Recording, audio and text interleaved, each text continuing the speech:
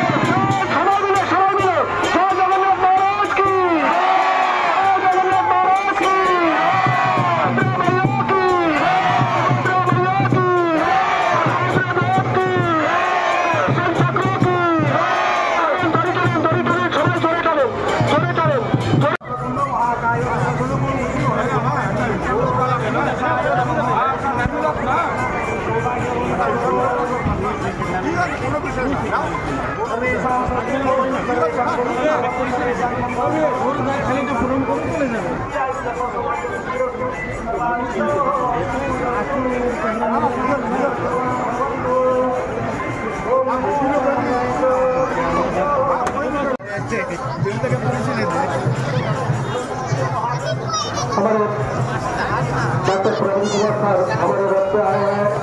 Jagannath